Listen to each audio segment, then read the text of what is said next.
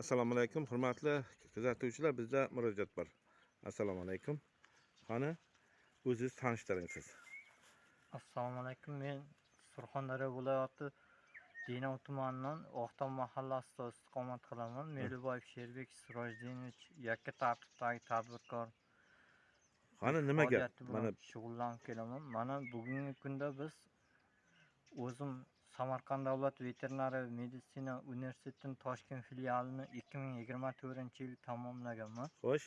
Bugungi kunda davlat ishxonalarida ish o'rni yo'qligi sababli o'zimiz band qilish munosabati bilan 19 taga yaqin nogironligi bor fuqarolarni bandligini oldini olish maqsadida ularga o'z xonadonlarida bedana olib kelib tashkillashtirib berib, tuxum yo'nalishida oilaviy daromadlarini oshirib, mana 1000 dona, 1200 donadan olib kelib tashkillashtirib berib, bularga manaki ishsizlikni oldini olib, mamlakatimiz rahbari Shavkat Mirziyoyev Miromonovich yurtboshimiz aytayotganlaridek kambag'allikdan farovonlik sari harakat qilib, biz nogironligi bor fuqarolar ham o'zimiz kurashib, mana shunday ish o'rinlari yaratib, vohadoshlarimiz bilan hamkorlikda ishlab kelmoqdamiz. Yaxshi, hozir bu nima bu? Shogirdingizmi?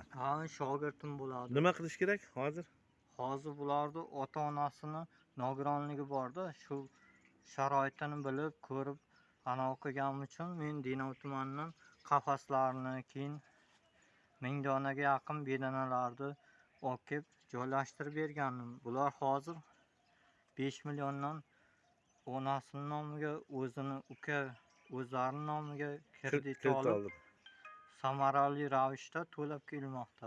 Qani, yuringchi, bor ko'rayotgan haqiqatdan mana bu denovlik bu nogiron o'zi ham shu yakka tartibda tadbirkorlik bo'yicha bana bir xonadonga o'zini anosdan bedana boqyapti. Nima boqyapti? Mana bedana parvarishi bilan tashkillashtirib berganmiz bedanachilik. Sibitini yo'qmi?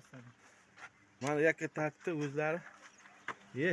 Mana ke bedana. O'shalarda bemalol vaqtida bir xona chiqadi.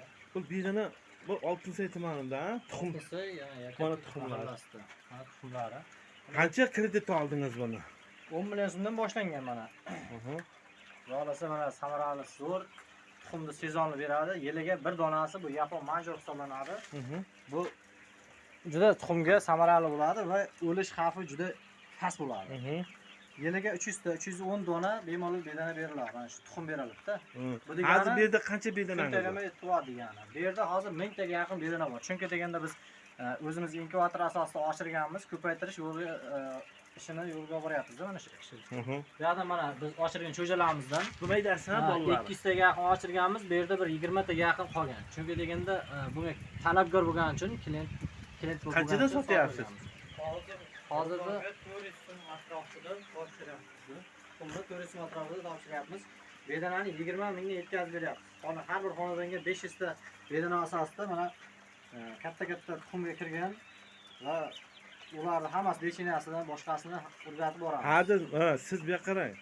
Sizga nima yordam kerak mana? Mana siz kredit olibsiz, mana bedanani tashkillashtirish, mana bu ukamiz, mana o'zi nogiron ekan, sizga shunday yordam qilyapti.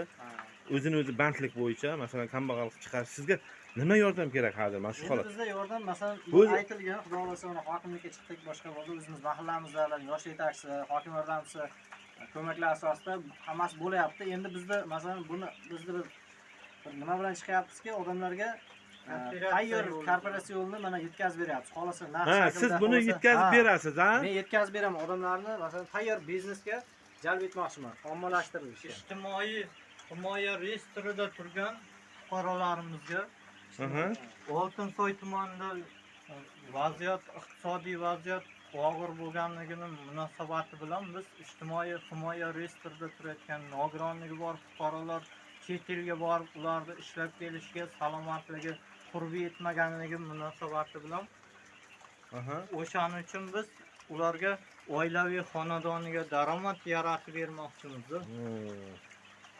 Bedanalarimiz sog'lom, veterinariya xizmatlarini ham biz kunlik nazoratga olib, tuxumini sotishda ularga muammo bo'lmaydi. Biz o'zimiz kooperatsiya tashkil etgan holda tuxumlarni shartnoma asosida tegishli tashkilotlarga, bog'cha, kafe, barlarga topshirgan holatda savdo yarmarkalariga olib chiqib, narxlarni arzonlashtirgan holda o'z Evet. hissamizni qo'shmoqchimiz. Hurmatli bizni kuzatuvchilar, o'zi maydagina joy, demak biznes qilish uchun ham kimdir katta bir joy ham shart emas. Ani yana qayerda bor? Mablag' ham shart emas. Mablag' bu yerda shuni Bizda o'zi ikkita xona bor, naryoqda, bu yoqda. ha, ikki Bu xona. naryoqda Narigi endi xonada Ko'chalar yosh bor. ko'chalarni katta qilib berish xizmati mavjud.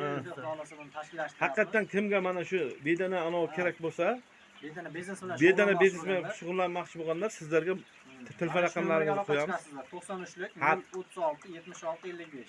Hadi nomerlarni ham yozib olamiz. Xudo xolasa haqiqatan mana bu bir ish o'rinlar ochilish degandayin kimgadir biznes Kambag'allikdan farovonlik sari dasturi asosida harakat bo'lmoqda-da. Bu ha, suvni ham manodan ichar ekanda, manodan. Bu ham elektronskiy variantda Ha. hech qanday qarayotgan odamga bir og'irlik, nagirska tomoni yo'q. Nogironligi Bo'ldi, bor bo'ldi, odamlar tushunadi. ham bemalol qarab o'tiradi. Soyada bo'layotgan ish bu. Ham ular tuxumini ko'tarib sarson bo'lmaydi bozor qidirib, o'zimiz yordam berib, ularga ko'maklashib, oilaviy daromadini oshirishda maqsadimiz bizda. Elimiz, yurtimizda iqtisodiy farovonlik ko'tarmoqchi bo'lamiz. Bo'ldi. Buni nasib bo'lsa qo'yamiz. Mana kim bedana bo'yicha shug'ullanaman desa, mana sizlarni telefon raqamlaringiz bilan ulanishadi. E'tiborlaringiz uchun rahmat. Salomat bo'linglar. Haqiqatan mana shu maydagina xonada mana shu bedana boqyapti endi. Oddiy kambag'allikdan chiqish uchun farovonlik sari yurish. Dastur asosida Mana. harakatlar amalga Ko'ryapti. oshirmoqdamiz. Mana. Hamkorlik asosida biz ko'plab xonadonlarga yetkazib berish niyatimiz borda kelajakda.